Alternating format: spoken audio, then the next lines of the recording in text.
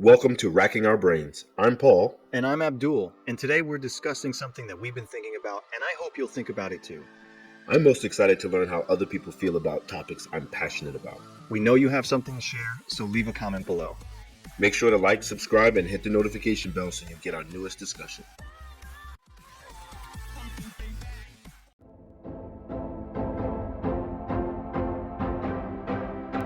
It's January 25th. We have new recording software, new recording equipment. I guess not new recording software, but we're shopping still. And we want to cover some current events, and then maybe we'll do some side topics. So, most recently, at least in the political world, the 2024 election is underway, so to speak. So we have primaries. We've had the Iowa Caucus, the New Hampshire Primary, and I feel like a lot has happened. And when I talked to you off podcast, you said it was a nothing burger. So do you want me to set up for the audience who has been living under a rock what's happened, and then you can talk about the nothing burger, or do you want to go off half cocked? Absolutely never half cocked. I'm a full cock kind of guy. So Iowa Caucus, Donald Trump is back, like in full force. He never went anywhere. Solely from a Republican standpoint, no one ever thought, realistically, that anybody else would challenge him. Ever. Nobody. He would have to die for someone else to be the nominee. Or be in prison. Bro, I'm not being funny when I say, I'm not trying to be dramatic when I say this.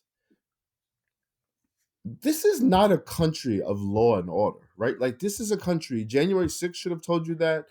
The murder of John F. Kennedy should have told people that, like, 50 years ago. Like, this is a place where if you are angry enough, if you have enough money or enough power or enough fucking chutzpah, you're going to just do whatever the fuck you want to do. And if enough people agree with you, i.e., like, if you listen to Fox News, if you listen to Newsmax or OAN, all of these alternative, I shouldn't say alternative, all of these newer platforms, these newer, outlets that are catering to the other side, the quote unquote right, they live in an alternate universe, sir. And I don't want to get too off on this. We're going to stick on the Iowa Caucus and stuff like that. But I just want to make it clear, at no point in time did Trump Paul go away. Yeah, did Paul believe that anybody other than Donald Trump was going to be the nominee? I don't even fantasize about him going to jail. Would I like for him to go to jail? Yeah, because I think that he has committed crimes. But I'm not putting any, hope or energy into that because I have no confidence even in this. Like, I think a lot of the politics is they just want to discredit him so that he can't win. They don't really want justice. Yes. They just want, you know what I mean? Yep. And that's what I was going to say. We touched on that in a recent episode or one of the last 4 or 5 episodes or whatever. And just the timing of everything was terrible. And I, exactly like you said it, I agree. It's almost as if, like, what can we make stick just so we don't have to deal with them? And that is a shitty way to do it. Like you said, if he's broken laws, and I think it's evident that he has, that should have been done a long time ago or as expediently as possible. So I agree, it's way too late now. But so it sounds like you're saying, for you, foregone conclusion. From here on out, he takes the nomination. There's nothing that can happen. It's all his. Oh, of course. Even, I mean, so just to get a Ron DeSantis. So Ron DeSantis dropped out and said he's fully backing him. I've had disagreements with Donald Trump, such as on the coronavirus pandemic and his elevation of Anthony Fauci. Trump is superior to the current incumbent, Joe Biden. How do you think that works out? How do you think that works out? That's another thing. So I was going to touch on the Nikki Haley numbers, and we can do that in a second. But the other thing is, that's another thing that I hate about politics, and this is not a Republican thing. there's a song 2 weeks ago, it was all good just a week ago. And it's like in politics, like you're a dirtbag pedophile and you rape monkeys and you sell, the heart of baby seals on the black market. And then 2 weeks from now, when it's time for us to be on the same team, you're an exemplary person, a God-fearing man of the community, and blah, blah, blah. It's like, you people are absolutely disgusting, right? Like, you have no morals, It right? is Because, super weird. like, what are we doing? And why is it okay? It's okay because what they're really saying is, look, let's not split the vote. And they don't want to think that, well, I guess, yeah, it's a formality because the truth is, especially with the candidates we have now, what you're worried about in more normal circumstances is that if they don't say, look, I'm putting all of my support behind whoever is here and clearly leading, that you run the risk of, like everyone loves to say, a vote for Ron DeSantis is a vote for Biden, right? That's what they would be afraid of. Like, don't tear us apart. So he has to come out and formally say, let's all get behind Donald Trump, even though, as you said, right, 2 weeks ago, 3 weeks ago, he's bad mouthing him, saying he can't do the 3 job days or ago. whatever it is. 3 Yeah, days yeah. ago. But it's not just, I don't think he's going to do a good job. That's different, right? And you're having a completely different conversation. First of all, I don't give a shit about the game theory, double reverse psychology strategy of who's going to win and who's going to vote. Because at the end of the day, it's a false dichotomy. You're pretending that you have to say the things that you said. Either you meant those things or you did not mean those things. That's my only point. Yeah, yeah. Did Absolutely. you mean the things that you said a week ago? Right? Because you could, like, if I were to run against you, there are things I would tell the world that are not good about you, that I would continue to say that are not good about you as I shook your hand and asked you to be my vice president. Like, in real life. In real life, there are things that I think I do better than you. And if I thought I was better for the job, I would say, well, these are the things I do better than Abdul. Right? And Yeah. then, but I wouldn't have to then completely change my spiel when I said, no, Abdul and I are going to be president and vice president, and it doesn't matter which one, but we work well together. Right? His shortcomings, I can fill those gaps. My shortcomings, he will fill those gaps, and we will be a formidable person to do the job. Right? Like, to Yeah. do the job versus, again, and my anger isn't at the, DeSantis and Trump, because they're literally reading the script, right? Because we as voters, I think we write the script, right? Like, that's why polls matter. That's why, these town halls matter. They try some shit. Trump is, and I guess I'm not gonna say he's good at this, but because I think he's incorrigible, right? Like, he doesn't really have a brain. He's not doing anything intelligent, but he's responding to his environment. But he is so comfortable saying absolutely anything, which is what makes him so effective. He has no fucking conscience. None. Where other people, like, I kind of contradicted myself yesterday, so I'm not gonna say that.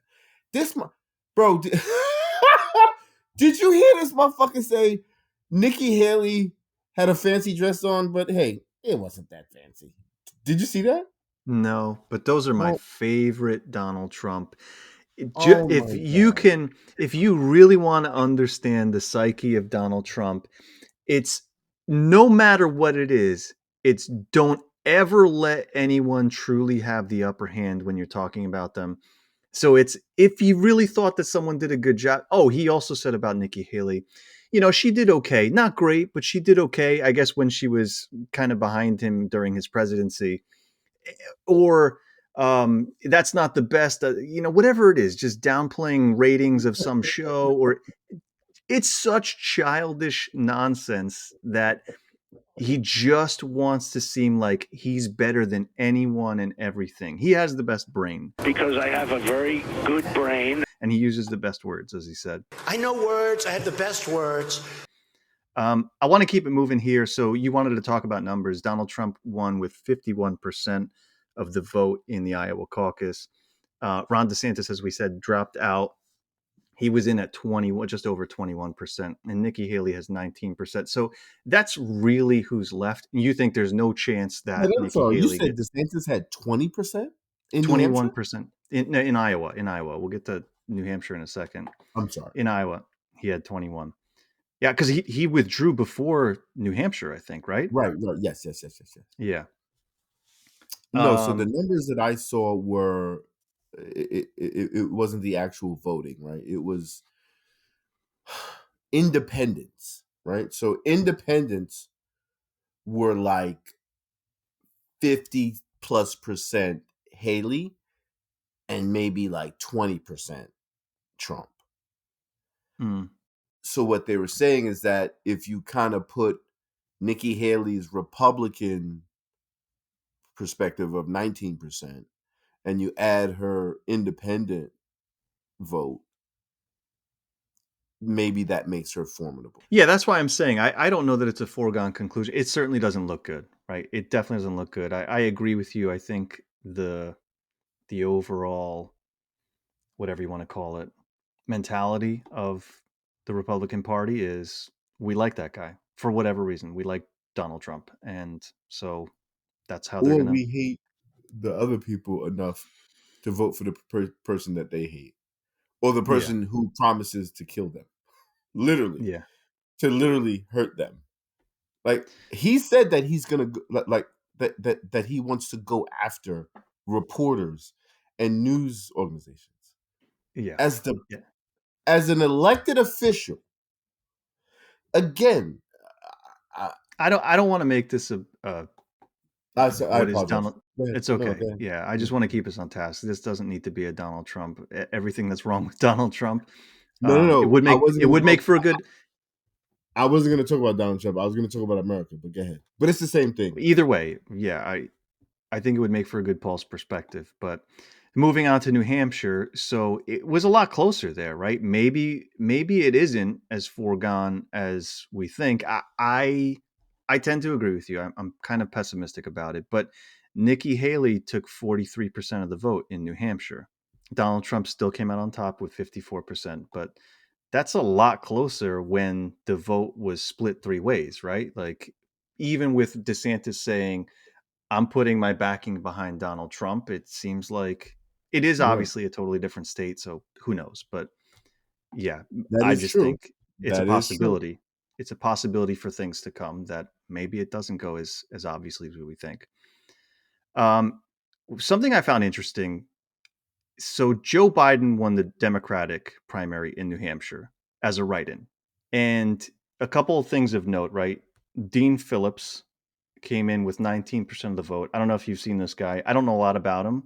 He was on Real Minnesota, Time right? with Bill Maher. I think he's like a super rich dude who had a couple products or whatever. I don't even know what it is, but so he's got a semi challenger there, and the open questions are: do we want to upend rather the incumbent in Joe Biden and Kamala Harris, or are we comfortable with the way things have been and Democrats are looking to, if it ain't broke, don't fix it, so to speak? The funny thing that I saw on the the results for the Democratic primary was there's a guy who won 910 votes.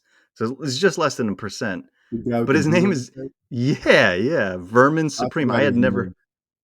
Vermin Supreme. I had never heard of this guy. What a joke, right? But No, that's not a joke. Why are you judging him just because of his attire? it's just funny to Exactly. to Check your privilege, Abdul. check your pronunciation. Attire? It's attire. I'm speaking the Queen's English, you piece of trash. Listen, when you come to this country, you speak American. That's how we do it in New Hampshire.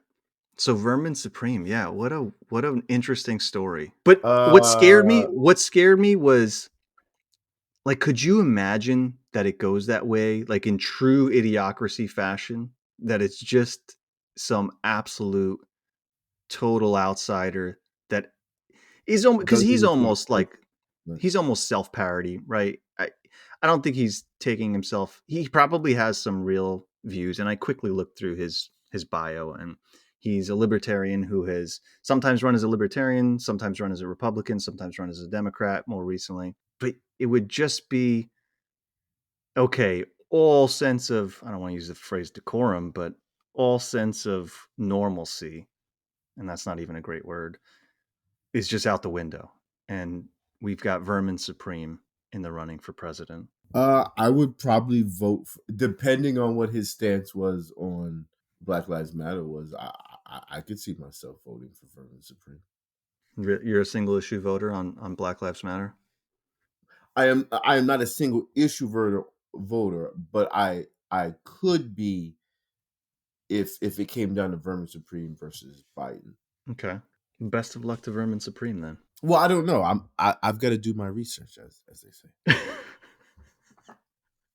Are you familiar with any of these other candidates? I feel like someone was trying to tell me about this Marianne Williamson. She came in with 4% of the vote in New Hampshire, right. but I'm familiar with her from last time. She has some. She seems like a reasonable person, right? She doesn't seem unintelligent. But when I say I don't think she has what it takes, I'm not talking about comparing her to what other politicians do or don't do.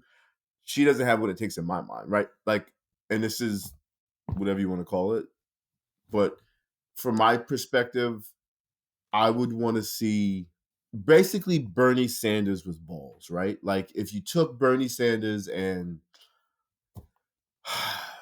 what's that chick name who's probably not even, I don't know if she's even in the House anymore. Elizabeth AOC? Warren. Oh, No, okay. Elizabeth Warren, even the Yes. AOC, right?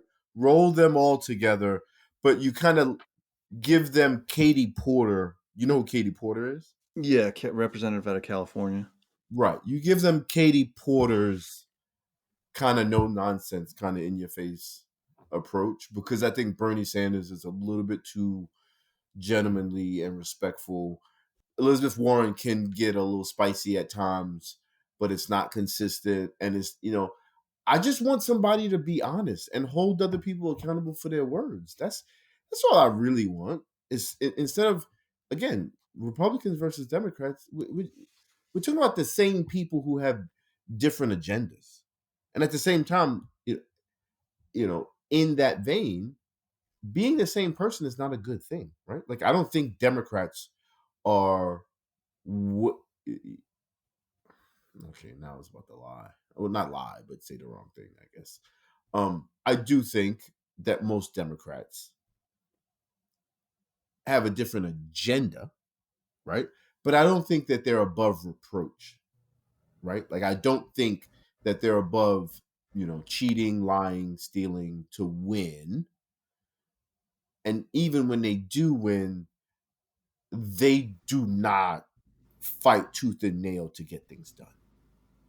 That's my issue, right? So I think you wanted to bring up the fact that Biden was a write-in candidate and he still won, blah, blah, blah. I'm not even sure. Like, explain to me why you think that's, I'm sorry. Explain to me if you think that is significant or interesting. No, not at all. Okay. Yeah, I just was not aware of the process. As the incumbent, he didn't have to register maybe. And so, is that, what's weird to me is, was that a formal announcement to New Hampshire voters where it's like, just be aware he's not on the ballot, but you can write in the incumbent, Joe Biden, as he's current president? Or was it literally just everyone's kind of aware of their civic duty and they're like, okay, I know I can write in New Hampshire, even if you're not registered in the state as a candidate. And so I'm going to write in Joe Biden. So, because like, if you look, I'm looking at the results again, and they say 8.3% of the vote, just over 10,000 votes, is lumped into a category called other write-in, right? Which I don't know what that means, right? Is it, how many people is that? Was that split among?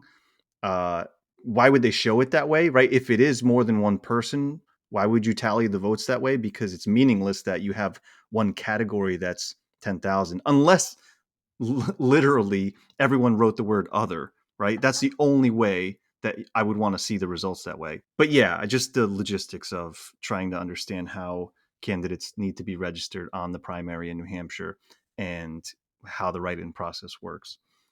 All right, moving along. I think that's it. So we can move on to, you had, and this is also current, right? So talk to me about the State of the Union. The And screenshot, right?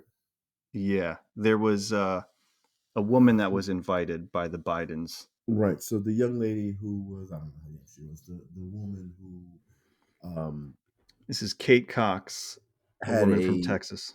a medical, what most medical professionals would call a medical emergency, because she did not have what they deemed to be a healthy pregnancy from both her standpoint, from her perspective, as well as the doctor's perspective. But obviously in Texas, they passed that law about, abortion. So she went elsewhere to get the abortion. And I just don't know what the value.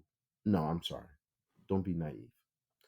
I know what the value of bringing her to the State of the Union is. She's a prop, right? Like, she doesn't bring expertise to the situation, right? She's not going to functionally do anything or accomplish anything in that setting. She's just going to be a prop for the Democrats to say, hey, this is, it's like bringing a black person to something, or a Jewish person to something, because that's what's popping in the street right now. Like, if that person, again, my mind only works in, what is the functional and tangible efficacy of this situation? And to me, it's nothing other than the symbolism of whatever. And I have this argument with the people a lot of times, especially when it comes to politics and social issues. Symbolism matters, Yeah. representation matters, blah, blah, blah. Like, yeah, but it matters to weak-minded people who are comfortable feeling better, but not doing better, right? Because that's not going to change anything. But Now, that is the unfortunate truth of political strategy, and by no means am I a political strategist. But you could make the argument that, and I think you do on almost every podcast episode, that you are unfortunately potentially talking to a very large weak-minded audience, right? And so while you may want, or someone may want to say, you know what, I want the people that vote for me or want to vote for me to be smarter, to be better, to not cave into caring about symbolism or advertising or marketing or whatever. It works, right? And your job is to get elected. So that's kind of what you go with, right? Even if they hate it, and I don't know that they do hate it. I think they're just saying, like, this is what we need to do. This is what works for most people. right. So there's always two perspectives. There's always, two sides of the coin, right? So one side of the coin is, you said it works and their job is to get elected. No, their job is to do great things for their constituents. And if you don't do a good job for your constituents, but you do a really good job of pretending that you're going to do a good job for your constituents, then you're not doing your job. That is not your job to get elected. That's I your agree. personal goal, right? That's your personal goal. But these people have been elected. Joe Biden has been elected. And so, Yeah, and but if, he's the incumbent president who, unless he's seriously challenged throughout the process, he's going to be running against whoever the Republican candidate is. That may be Donald Trump again. When I say job, it's poor choice of word, but his job in marketing himself right now, and unfortunately it is a case of, the thing he may be most focused on right now is thinking, what are we doing going into the rest of this year where there's going to be an election in November? And so it's that micro job, right? Not his job as president. I totally agree. I think you phrased it well. His job is to do good things for the country and to care about all citizenry and the things that we need. But yeah, right now in his State of the Union, in an election year, he's probably thinking his job is, how do I look re-electable? yeah, and so the best way to be reelectable is to the destroy the abrogation of, women's health care.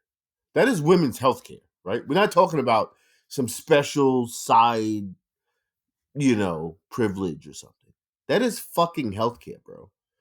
And people make the point all the time. We would not be having this conversation if this was about men's dicks and our sperm and whatever responsibility we have for that. Like, we just wouldn't be having this conversation. But that, I mean, again, going back to the actual issue, right? So at the State of the Union, you're telling us where we are today and how you're going to make it better. That woman coming there is a fucking prop. If you want to focus on abortion, tell me how tangibly you're going to fix abortion or you're going to attack the attack on abortion. She's not going to tell me that because she has no power and she is not privy to the ins and outs of government.